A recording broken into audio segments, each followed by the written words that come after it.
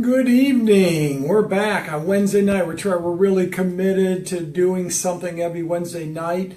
So we're back, and hopefully the light in the background's not too bright. I was just trying to lighten up the room a bit. Tonight we're talking about sugars, the good, the bad, and the ugly, if you remember that movie.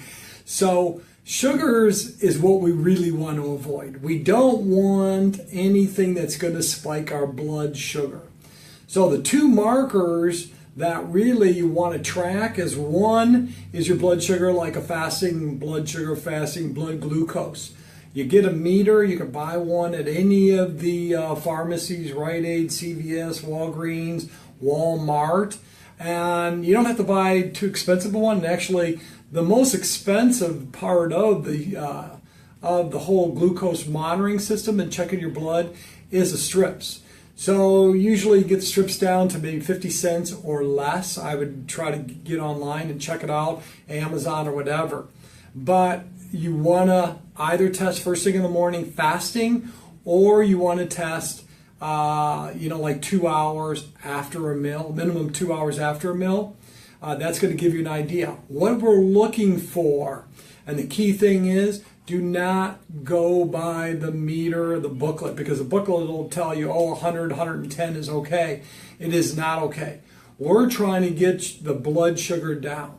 Key thing is getting the blood sugar down is ultimately important to reduce inflammation, to reduce your risk of cancer and other metabolic diseases, like whether it be autoimmune thyroid, Hashimoto's, whether it be lupus, whether it be rheumatoid arthritis. It's all about getting the sugar down, because that's what, the bad things, the viruses, the bacteria, they live off that stuff.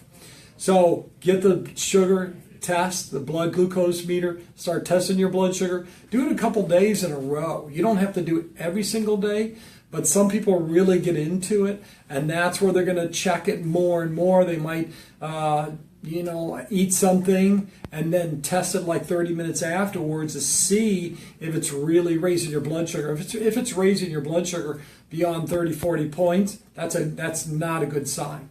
So we want things that are going to minimize. I mean, you could even run a test. For example, what I suggest is do your blood sugar in the fasting in the morning, and then if you're eating something like any grain, like rice or quinoa or something like that, you could test your blood sugar 30 minutes later. Reason being, because you're going to be digesting, and that's going to, of course, bring the blood sugar up. It's going to give you an idea if that's okay or if it's not okay.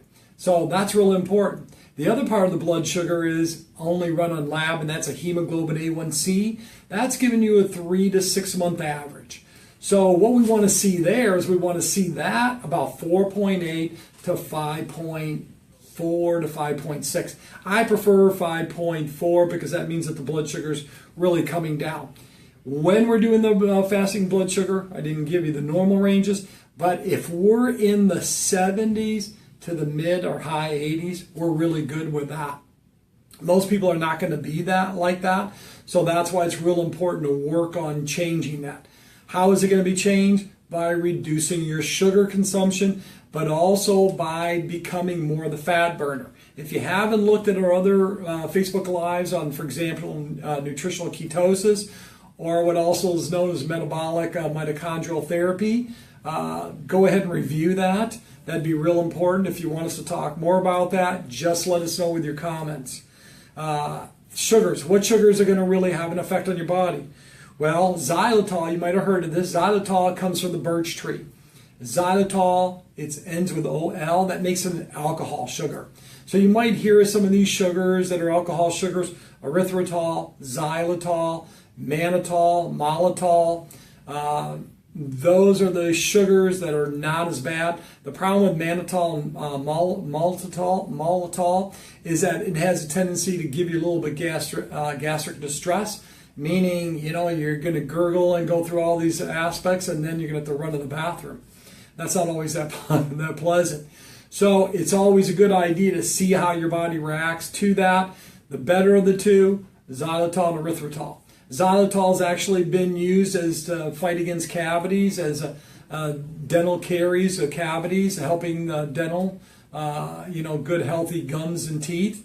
And erythritol is another form which is pretty good. Again, we want to make sure these are non-GMO. The reason being is because there can be an underlying deception in labeling. What does that mean? Well, the xylitol or the erythritol could be made from corn. Now, the problem with corn is a majority of corn, and that's over 90% of the corn, is genetically modified. Now, remember us talking before about genetically modified. Genetically modified means that it's gone through changes, but also it's many times, the majority of the time, being sprayed, and I'm kind of using this method here, because it's being sprayed with what? With glyphosate, which is the Roundup, which is the Monsanto product. And just the best way to give you that kind of an association, think of Agent Orange. That's an herbicide that I think was the Dow chemical. And then we have, of course, the Roundup, which is herbicide from Monsanto. So that's why we're not into that. So it's better to get the non-GMO form. Try to make sure it's from the birch, but if it's non-GMO, that's pretty good. The next other sugars, stevia, stevia. That's an herbal sugar. That has a lot of advantages because herbs actually have healing properties. So that is really good. The problem with stevia is that in the powdered form, it can give you an aftertaste that sometimes is unpleasant. So what I say for patients is buy the liquid. If you buy the liquid, there isn't that situation as much, or I don't notice it, hardly at all. So get the stevia, and the nice thing is I know Mother's has it like flavored vanilla, root beer, and something like that. So it makes it easier. So the other part of the sugar is you could go with honey. Now honey is okay, it's got benefits, but it's got to be raw. And again, monitoring. Like I said earlier, the blood glucose meter you might monitor after consuming something with the honey in there. You got to make sure it's raw. It's not pasteurized, because a lot of times you're going to find that honey's pasteurized. That's not a good thing. So think about what pasteurization does. Pasteurization is bringing the temperature about 180 degrees or more. If they talk about ultra pasteurization, it's like in the 200s, and nothing is living. So you're basically eating dead, dying food, which doesn't make any sense. So think about the honey, the raw, unfiltered. You can buy it many times at the flea market or the farmers markets, farmers markets. So that's a good place to buy it. Just always verify that. And then the last part might be molasses. And again, it's got to be pure molasses, and it's organic, that it's not going to be tainted with any type of chemicals.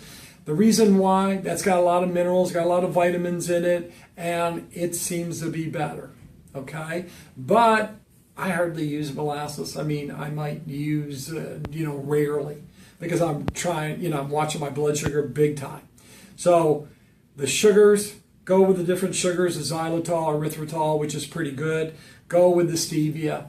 Raw honey on occasion, make sure it's raw, it's unpasteurized, it's a good quality honey. And then molasses, same thing. Always look for the non-GMO. We're going to put a link down to Thrive Market. I like Thrive Market.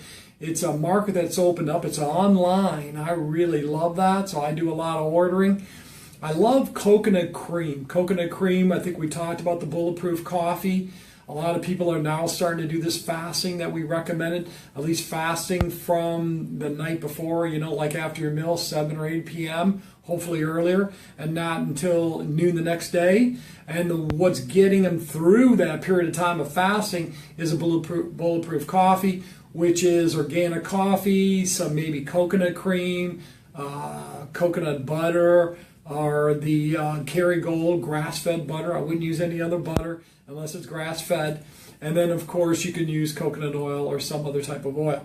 Be careful when you're doing this. I suggest that you only put one pad of the Kerrygold in there. Now, the Kerrygold comes in a solid brick, so cut it up, slice it, and then you're guesstimating a pad of the Kerrygold grass-fed butter. Also, same thing, you might put a teaspoon of the coconut oil in there. The tendency is, as you become more of a fat burner, and understand that's what you're trying to get the body to become, is more of a fat burner than a sugar burner. How do you know if you're a sugar burner versus a fat burner? Well, anyone that cannot skip a meal is a sugar burner. So what does that mean? That means that if they try to skip a meal, they're going to maybe have headaches, or they're going to have tremendous hunger pains. They're going to have problems where they feel lightheaded, they feel dizzy. Those are all signs of what we call blood sugar dysregulation. So it could be hypoglycemia, or it could be the other end where you're insulin resistant. Okay? Both are really bad. And remember, what we're trying to do is really get the sugar down, because that helps our body get rid of the sick, dead, dying cells, gets the body working and functioning better, raises our mitochondria within the cell. And you heard us talk about that before. Every cell in your body, there's 10 trillion.